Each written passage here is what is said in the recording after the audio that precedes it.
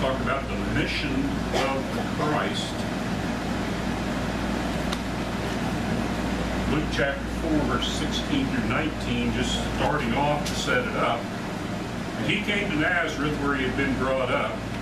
And as was his custom, he went down to the synagogue on the Sabbath day and stood up to read. And the scroll of the prophet Isaiah was given to him. He unrolled the scroll and found the place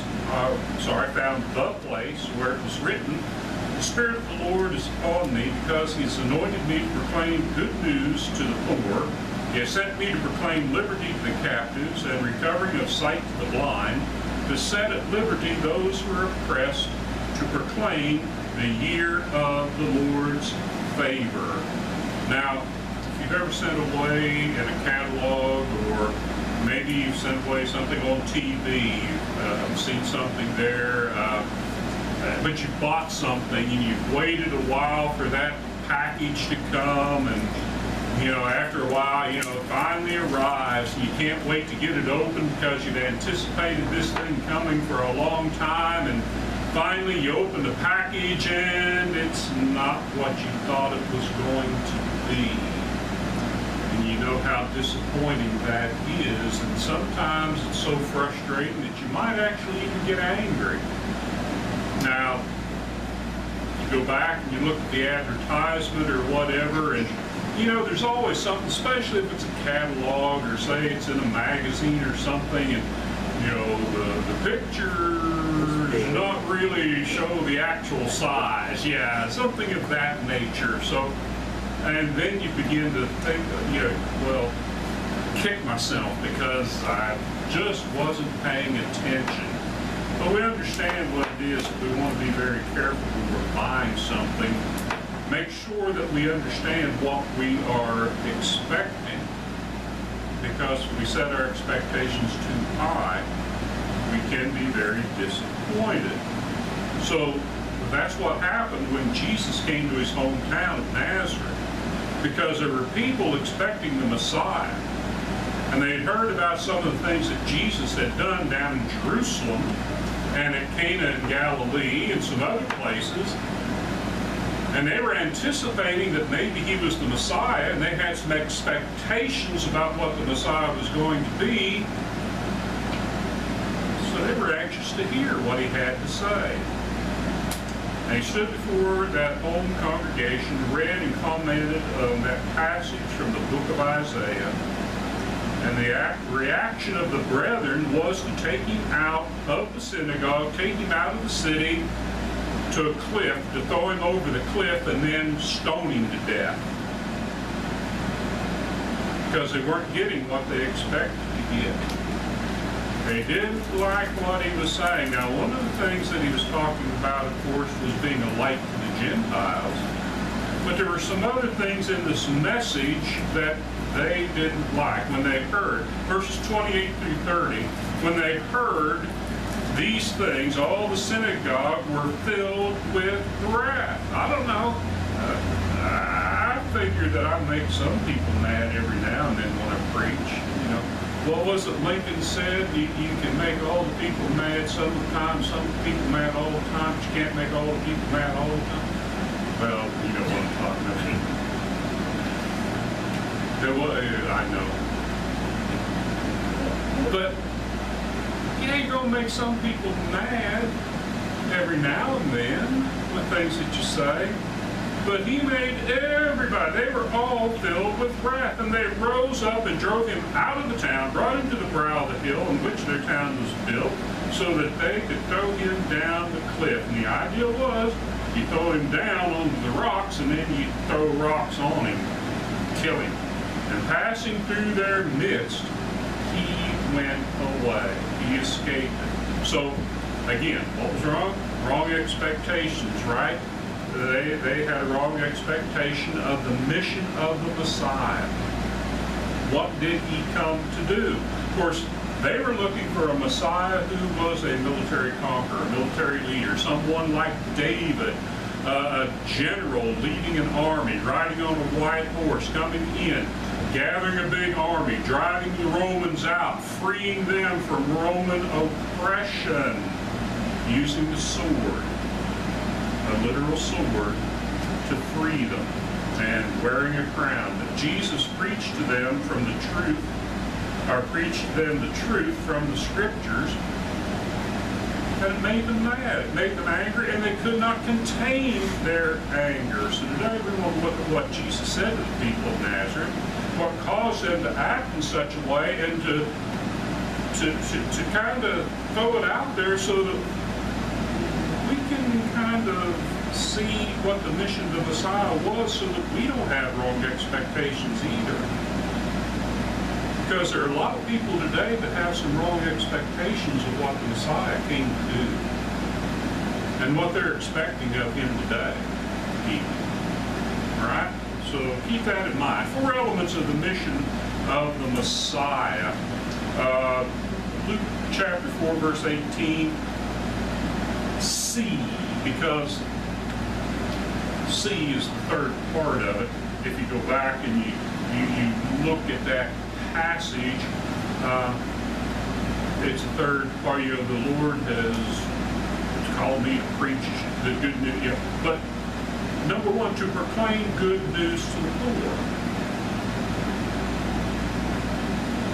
Number 1 part of the mission of the Messiah, or the Christ, to proclaim good news to the poor. Well, what does it mean, the poor? Well, the spiritually poor, right? Matthew chapter 5, verse 3. Blessed are the poor in spirit, for theirs is the kingdom of heaven. Not talking about necessarily poor people. Now, aren't there a lot of people who use that in the material sense? Hey, he came for poor people. He's against rich people. No, because there are a lot of rich people who are poor in spirit. They need to have their spirits enriched also. Maybe it's because they are rich that their spirits are poor, but they need to hear the gospel also. Sometimes their riches are a hindrance to them hearing the gospel and believing the gospel, but yet they can be poor in spirit. Luke chapter 5, verse 31 and 32, Jesus answered them, those who are well have no need of a physician, but those who are sick. I have come not to call the righteous, but sinners to repentance. Wait a minute. I thought you came to praise us Jewish people who've been waiting around for all these centuries for the Messiah. I thought you came to endorse us and say, you're the ones, and I'm going to drive the Romans out. No. That wasn't what he came to do. He came to, number 1, proclaim good news to the poor in spirit, to the people who needed it, whether it was Jewish people, whether it was Gentile people.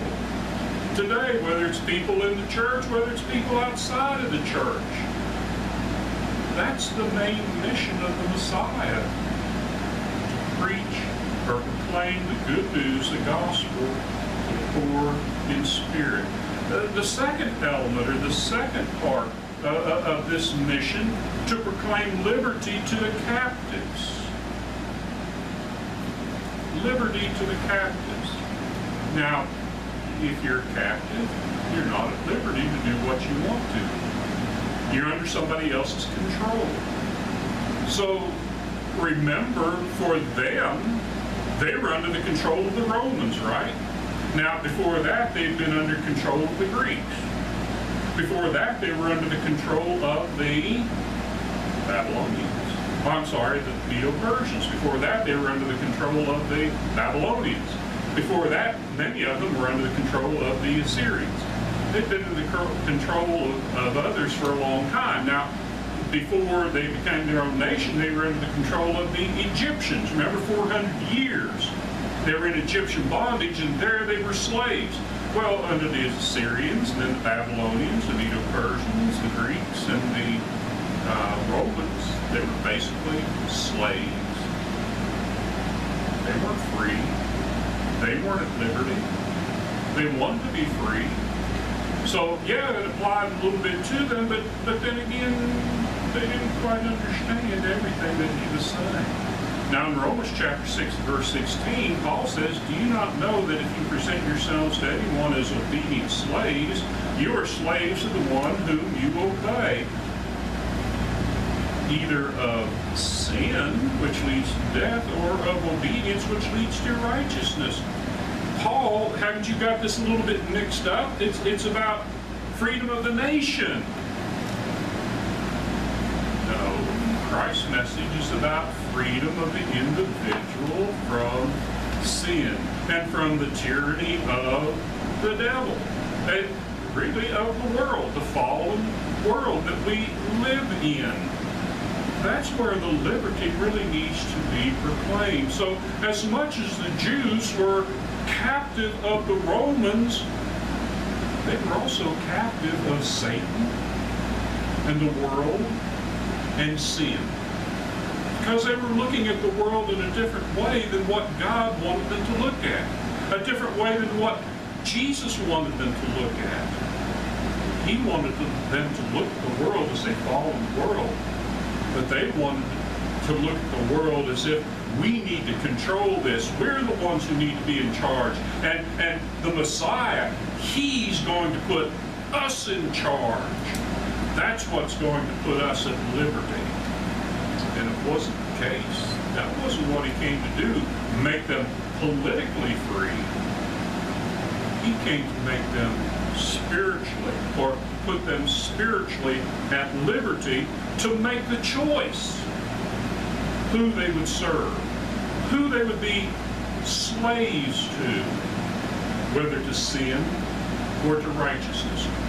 Ephesians chapter 4 and verse 8, Paul writes, therefore it says, when he ascended on high, he led a host of captives, and he gave gifts to men. Well, who did he lead captive? Well, essentially all those faithful during that Old Testament period. You know, they didn't have complete salvation until Jesus died upon the cross, until he shed his blood as a sacrifice for their sins. Okay? That doesn't necessarily mean that they went to heaven, but it means their salvation was secured. But he gave gifts to man. Oh, what gifts did he give to man? He gave us the gospel. He gave us the forgiveness of sins. If we trust and obey him, he gave us the blessing of the Holy Spirit. Not the miracles of the Holy Spirit. That was for that time period then. But he gives us the opportunity to be the children of God. Acts chapter 26 and verse 18. Listen to this. This is what Paul is saying about this mission of the Messiah. To open their eyes so that they may turn from darkness to light. Well, how do they do that? Well, by the decision they make to be free from the power of Satan and the power of sin and the power of this world. From the power of Satan to God, see? And that they may receive forgiveness of sins and a place among those who are sanctified by faith in me. That's exactly what he's talking about in Ephesians chapter 4, verse 8. That's what the mission was about. There wasn't so many things that they were looking at, expecting, and not what a lot of people are expecting today. Third element. Recovery of sight to the blind. Now, we saw a little bit of this element in the last passage, right? Turning from darkness to light, right? Luke chapter 6, verse 39. He also told of a parable. Can a blind man lead a blind man? Will they not both fall into a pit? Think about how the Pharisees, how they tried to save people before Christ came. Remember how they tried to save people? Make them like themselves, right? You come and be in our little group because look at us, we're so good. We keep the law. Oh, never mind about we do this sin, or we do that sin, or we do that sin. No. But we're God's chosen because we're so rich, and we're so powerful, and we're so good looking, and we got all this, and we got all that. Can a blind man lead a blind man? Will they not both fall in the pit? They don't have to be blind, right? You understand that? They don't have to be blind. You just have to walk in darkness. Walk outside of the light. And the same thing happens. Remember the picture that we had from the book of Proverbs? What was that? That was an owl. It's a professor, right? There's also a proverb. What's the problem? What's the owl's problem? His downfall, his weakness. Do you know what that is? From the Sons of Katie Elder. How many remember the movie? John Wayne movie. Don't remember it? The deputy, you know, the wise old sheriff says, you're like an owl. The more light you shine on him, the less he sees.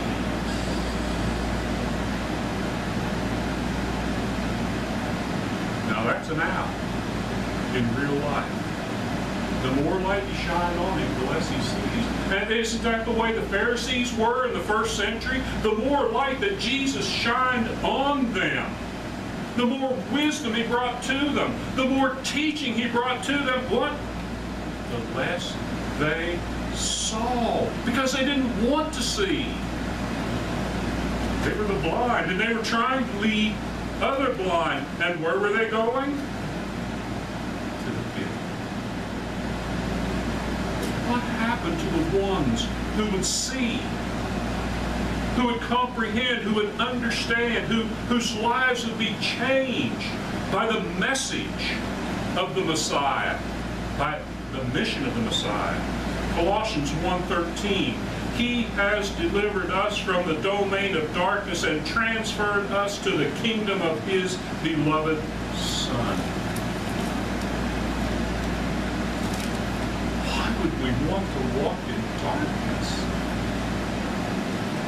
when we can walk in the light, where there's liberty, where there's the forgiveness, where there's a relationship with God, and there's the fulfillment of this recovering the sight of the blind in Luke chapter 7, verse 22. And he answering them, this is when the disciples of John, when John was in prison and just about to be martyred, okay? He sends his disciples there to talk to Jesus. Are you the one? It's not really, I don't think, that John wanted to know. He wanted his disciples to know. He says, go and tell John what you have seen and heard. The blind receive their sight, the lame walk, lepers are cleansed, and the deaf hear. The dead are raised up, the poor have good news preached to them. That's a fulfillment of all those things from the book of Isaiah. And those are physical things, but that wasn't the true mission of the Messiah, to do these physical things. Yes, he needed to do those physical things, but those were proofs that he is the Messiah. But those physical things weren't going to last forever, because his mission was a spiritual mission, is a spiritual mission. Number 4, the fourth element, to set at liberty those who are oppressed. 58 verse 6, is not this the fast that I choose? To loose the bonds of wickedness, to undo the straps of the yoke, to let the oppressed go free, and to break every yoke. I don't understand that. What are you talking about, God, when Isaiah is saying this? You know what a fast is, right? What somebody does when they fast, they stop eating, right? They stop partaking of food. Well, here's the fast that God desires of us. It's a spiritual fast, isn't it? A fast to stop spinning. A fast to stop sinning. Okay? This is the fast. To loose the bonds of wickedness, to undo the straps of the yoke, to let the oppressed go free, to break every yoke. How do we do that? Turn away from wickedness, turn away from the world, walk away from the darkness, go to the light, turn to God.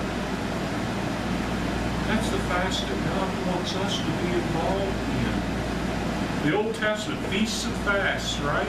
Feasts and fasts. You feast for a while, and then you fast for a while. Or you fast for a while, and then you feast for a while. There are things you got to give up so that you can have some things to really enjoy and appreciate God.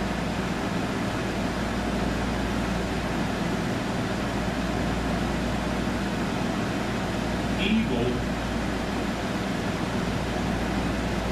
is a parasite. Do you understand that? Evil could not exist without good. Evil feeds on good. We live in a world that's fallen, and this universe. Yes, there's evil here. The world is filled with evil, but it's only because there's good somewhere. Evil feeds on that. Good's a little bit different, though, isn't it? Good can exist without evil. It exists on its own. But evil has to have good to feed off of. If there was no good, evil would starve to death. It couldn't exist. It's like a tick, right? But a tick isn't feeding on a host. It dies. If the host dies, what happens? The parasite dies. There's some things we have to do. We have to stop feeding the evil with our own lives and start feeding the righteous nature, the righteous side. That's where the feast is. To set at liberty those who are oppressed, crushed like Israel in Egyptian bondage.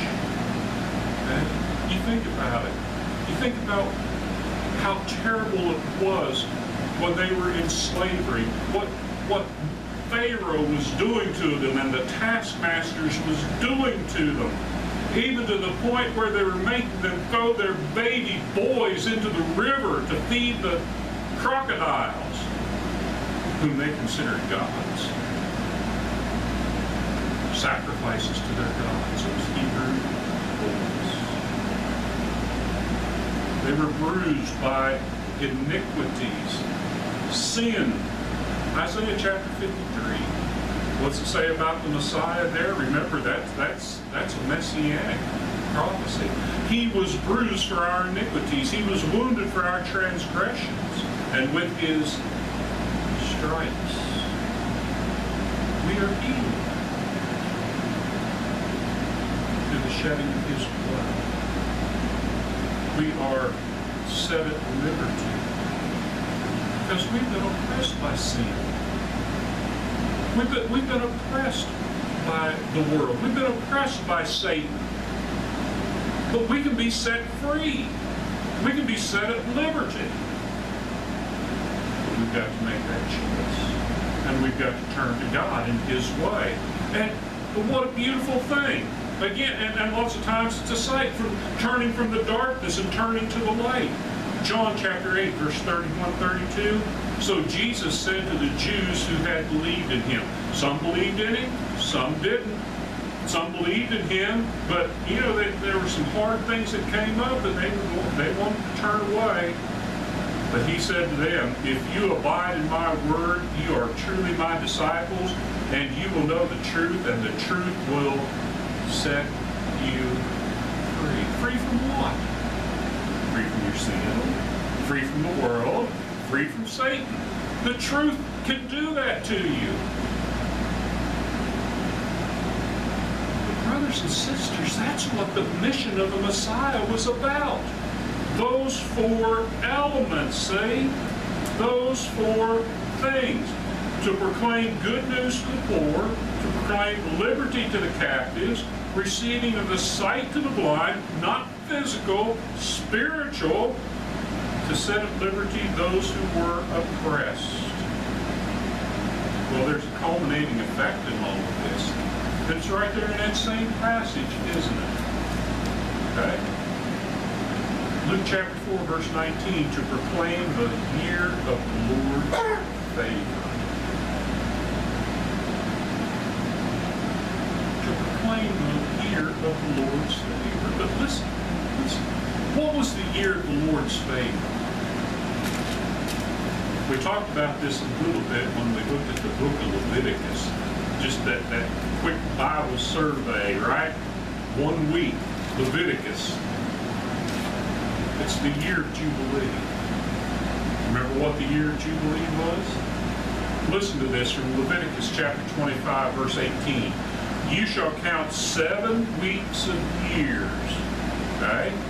7 times 7 years, which is 49 years. Remember, every 7th year was a sabbatical year. You didn't do any work, basically. We'll put it that way. In that 7th year. Well, after 7 of those, that 49th year, you didn't do any work, but then you shall sound the trumpet on the 10th day of the 7th month. On the day of atonement you shall sound the trumpet throughout all the land, and you shall consecrate the 50th year. That's 2 years in a row. You're not going to do any work, okay? And proclaim liberty throughout the land to all its inhabitants. It shall be a jubilee for you, when each of you shall return to his property. Remember, God gave the land, the promised land, to the families. They were to inherit that. They couldn't sell it. And they didn't sell the land. It's going to tell us that here in just a little bit, okay? It shall be a jubilee for you when each of you shall return to his property, and each of you shall return to his clan. The 50th year shall be a jubilee for you. In it you shall neither sow nor reap what grows of itself, nor gather the grapes from the undressed vines, for it is a jubilee. It shall be holy to you. You may eat the produce of the field. Whatever grows wild out there, you're free to gather it, but you don't do any farming or orchard work or anything of that nature.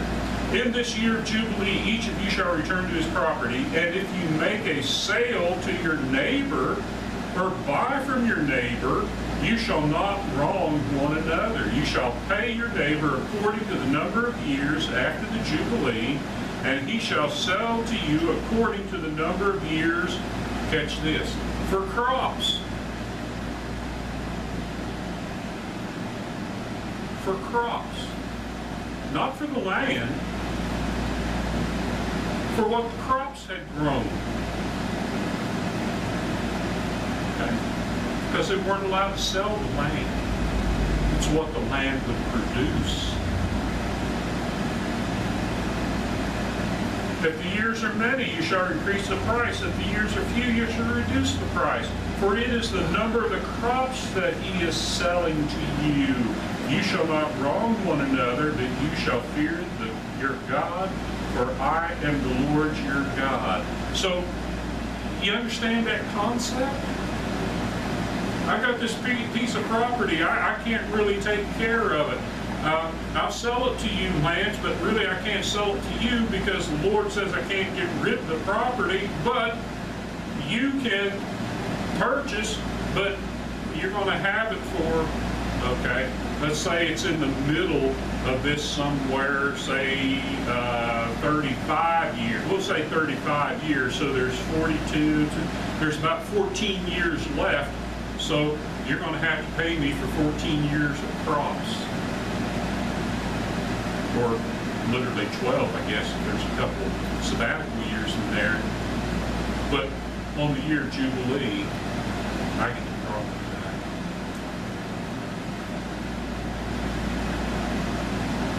That's the way it was. Therefore you shall do my statutes and keep my rules and perform them, and then you will dwell in the land securely. That's a promise from God, right? Now you wonder why they didn't dwell in the land securely? Because they didn't keep God's rules, right? They didn't keep God's commandments. The land will yield its fruit, and you will eat your fill and dwell in it securely. And if you say, what shall we eat in the 7th year, if we may not sow or gather in our crop, I will command my blessing on you in the 6th year, so that it will produce a crop sufficient for 3 years. Not 1 year, not 2 years, but for 3 years, okay? When you sow in the 8th year, you will be eating some of the old crop. You shall eat the old until the 9th year when the crop arrives. God says if you'll do this, if you'll trust me, it's going to be all right. If you don't trust me, things are going to get bad. But there are a lot of other things in this, and some of it was bond servants were released. Debts were canceled, but again, land returned to the inheritors. All these things, the year of Jubilee. Now, in that culminating effect, the many people in the first century were ignorant of this great release coming in their generation. I don't know if they even practiced it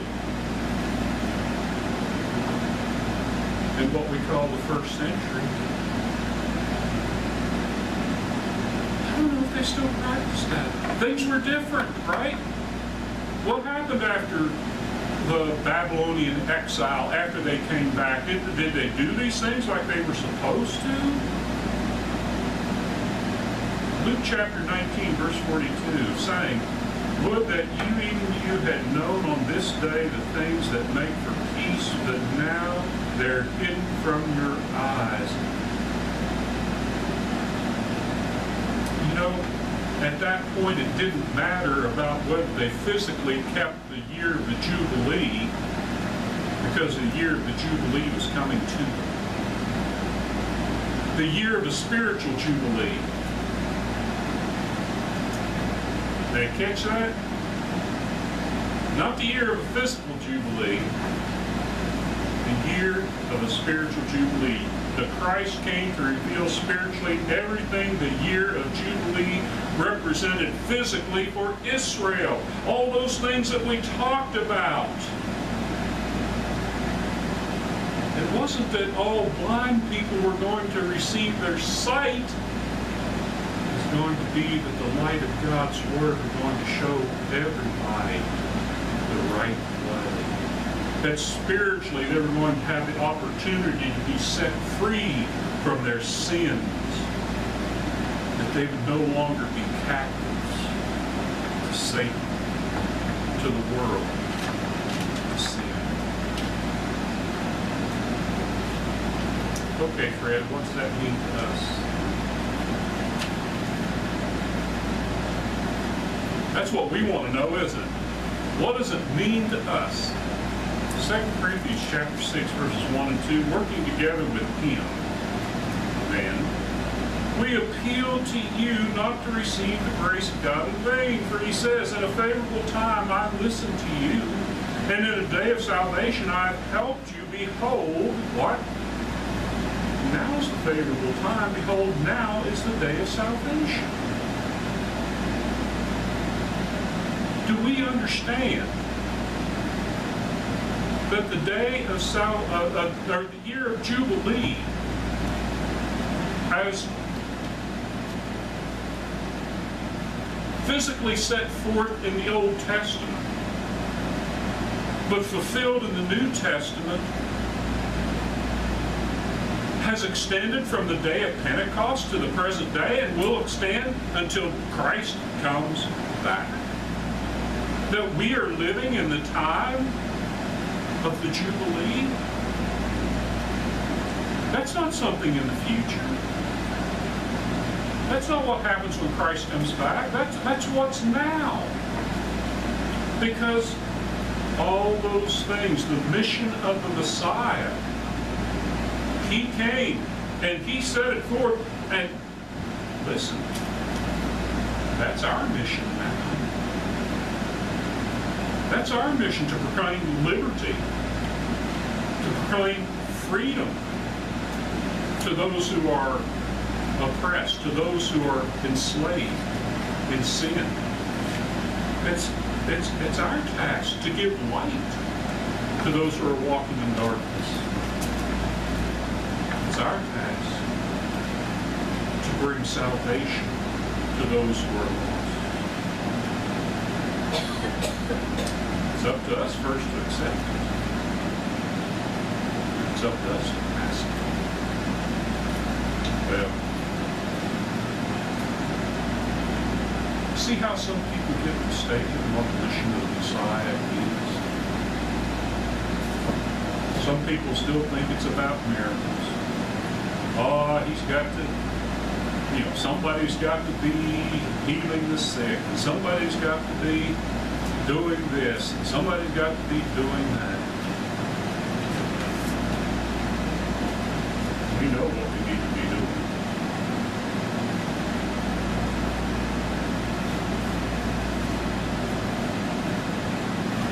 And what the Messiah came to do.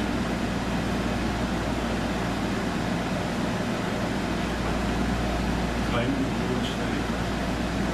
And this year of Jubilee. Thank you for your time.